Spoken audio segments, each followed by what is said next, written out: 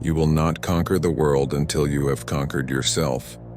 And you will not conquer yourself until you have learned to hold your mind as Rome once held her frontiers with iron, with fire and without mercy. Imagine standing in the underbelly of the Colosseum. The roar of the crowd above is muffled by the stone. Down here the air is cold, the walls sweat with condensation, and the only light comes from a torch burning low, the flame trembling like it knows the danger of being here. You hear footsteps not of a gladiator, not of a slave, but of a man whose presence feels like a blade drawn in the dark. His name is never spoken in public, not because he is forgotten, but because those who remember know the danger of his memory. Epictetus, the freed slave who became a master of kings, the man who owned nothing, yet armed minds more dangerous than legions.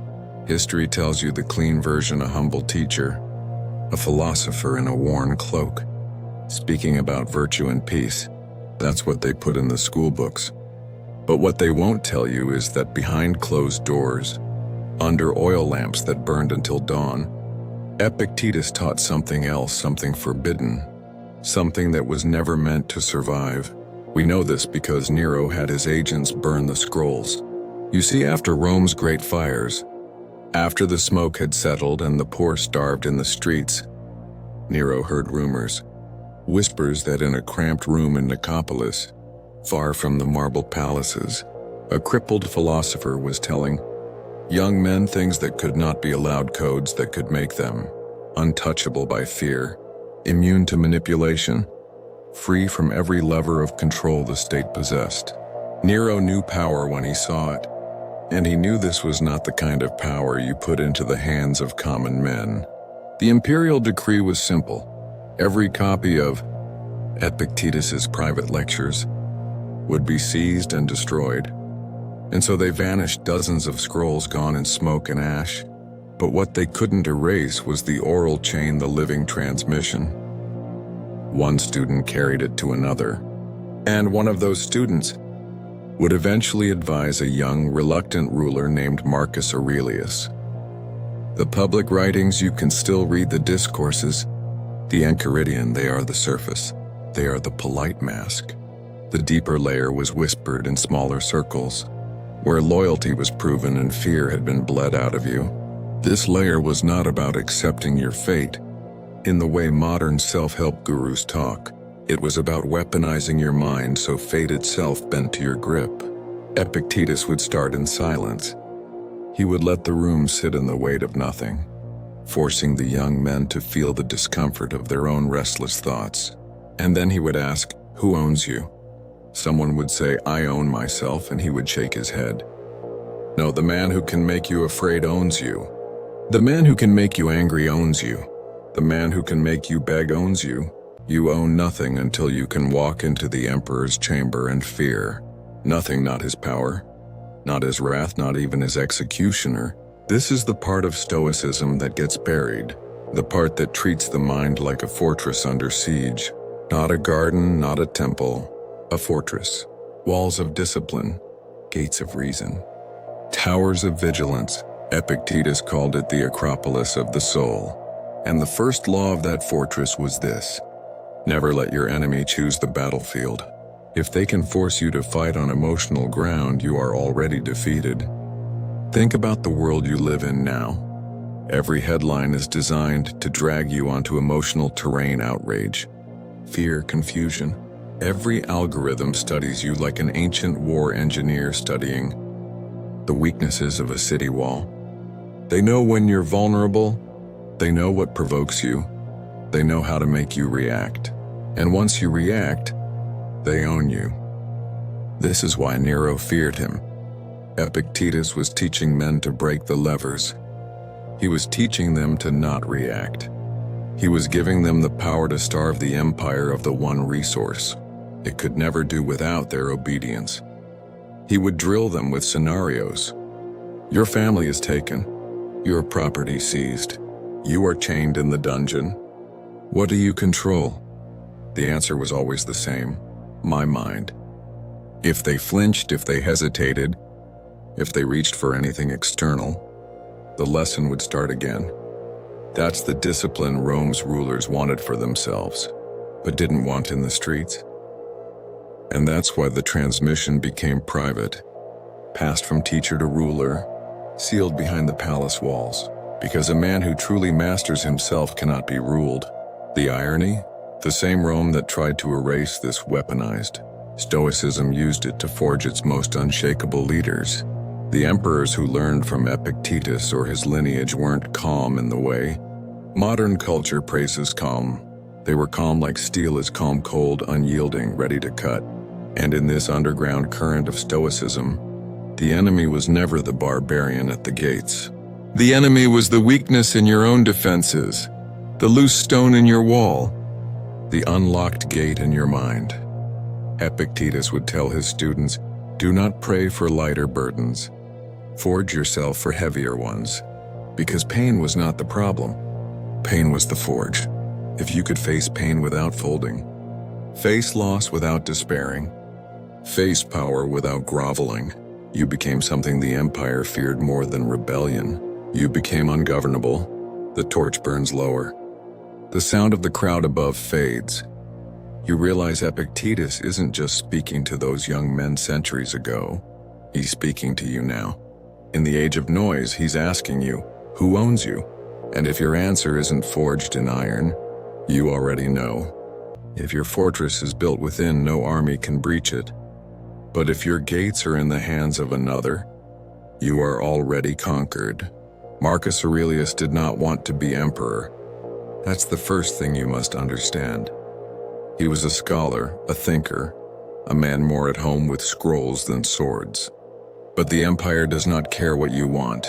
Rome needed a ruler who could stand against the chaos, and Marcus was chosen. They gave him armies. They gave him gold. They gave him the weight of a world in collapse. And they gave him one more thing, the silent inheritance of Epictetus. The forbidden Stoic code that had survived Nero's purge, carried in whispers through decades of power. Marcus took that code and refined it into something that could not just protect a man, but preserve an empire.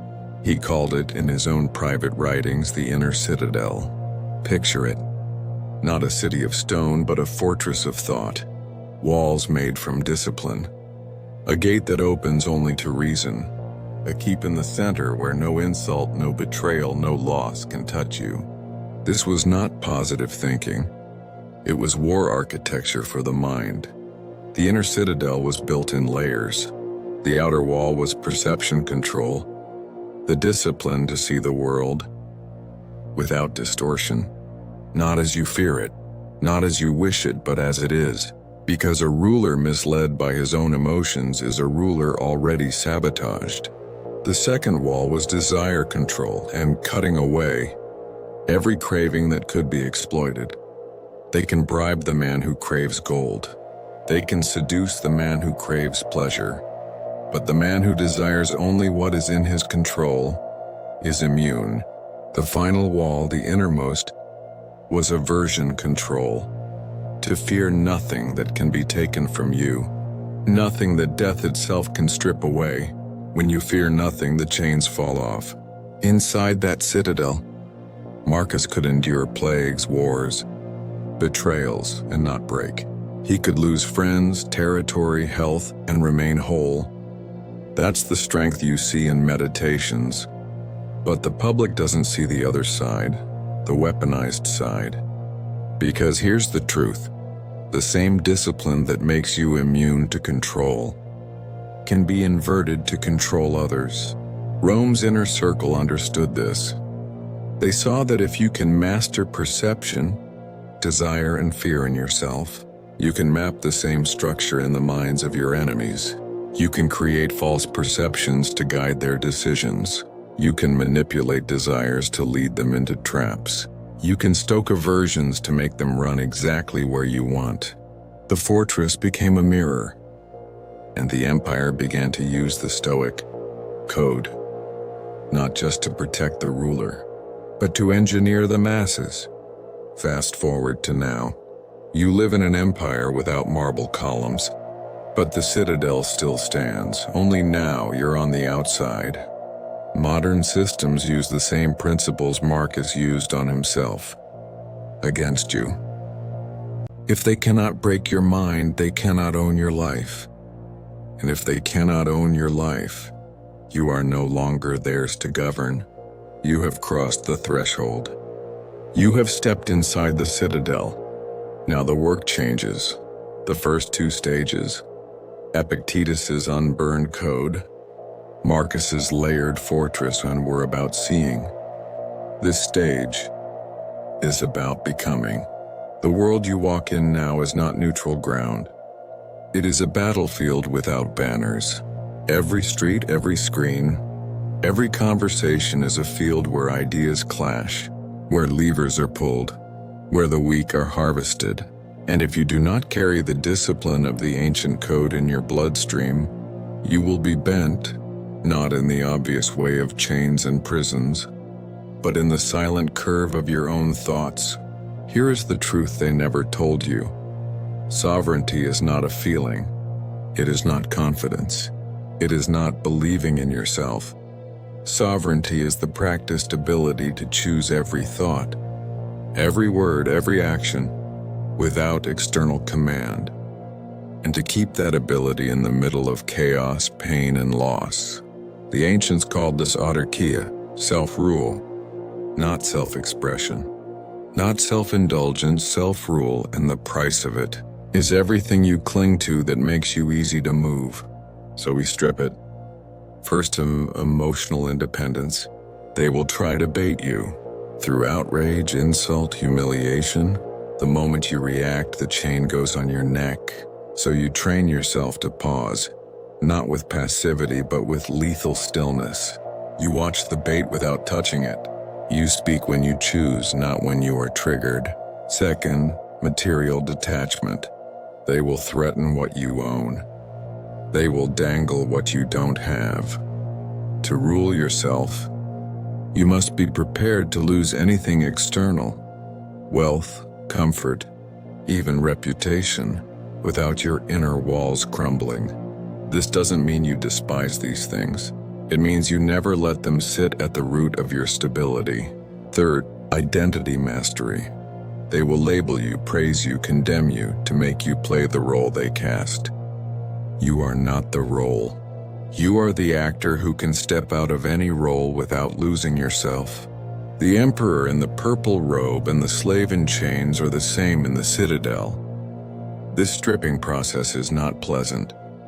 It is fire and hammer, but that is the only way steel is made. Epictetus was hammered by slavery, by lameness, by poverty.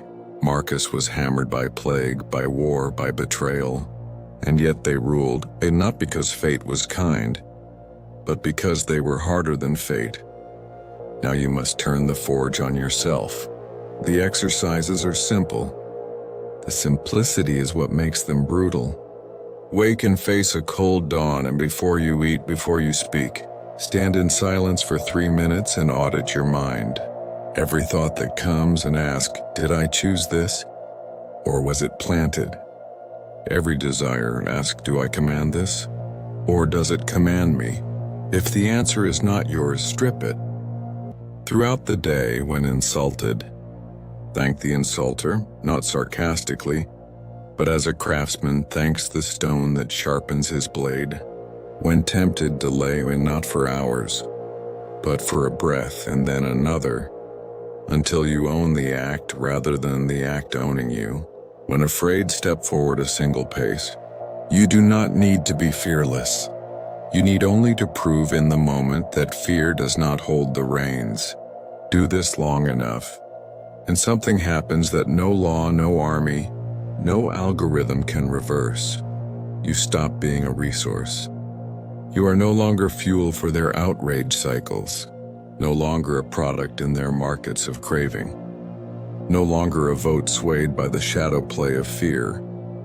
You become invisible to their hooks, present in the world but beyond its reach. This is the ungovernable state. It is not loud. It is not rebellious for the sake of rebellion. It is the quiet, immovable reality of a man who does not need permission to live exactly as he chooses. And here's the dangerous part. Ungovernable men are contagious. One man holding his mind as a fortress gives silent permission for others to do the same. The more of them there are, the more cracks form in the walls of the manufactured reality. That is why this code was buried. That is why you were never supposed to hear it in full. But you have. And now you cannot unhear it. The Colosseum is gone. The palaces are dust. But the siege of your mind is the same as it was in Rome's prime. And the defense, the ancient ruthless Stoic discipline, was yours now. Step out into the chaos. Hold the keys to your citadel. Let them knock at your gates. Let them howl outside your walls. You know the truth, the gates only open from within. You were forged once by the world. Now you forge yourself. And twice forged steel does not break.